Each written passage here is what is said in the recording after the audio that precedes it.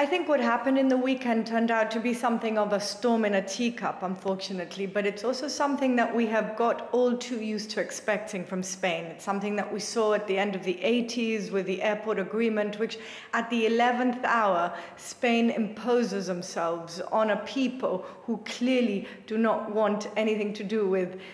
their neighbor in the sense of jurisdiction and sovereignty. And Spain always seems to come at the 11th hour and cause a certain degree of insecurity for the people of Gibraltar, even though we do know and we do have for a fact in our constitution this double lock agreement where there is no way that our sovereignty would be in any jeopardy.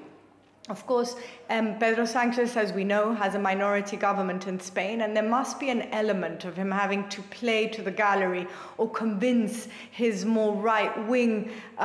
colleagues in the Moncloa in order to gain some favor, especially this week where there are regional elections in Andalusia. It is possible and probable even that this would have had a lot to do with it. The problem and the unfortunate side of things for Gibraltar is that this weekend caused a lot of insecurity for the people of Gibraltar, a lot of havoc, and in the end it was all down to a letter by an ambassador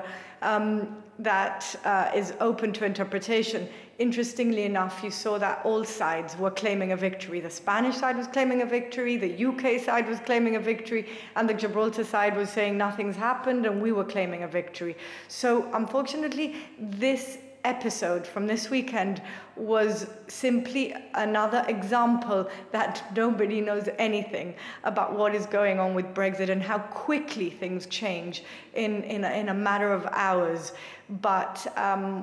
Gibraltar stands very British, very firm, and very sure that its sovereignty is still and will always be intact.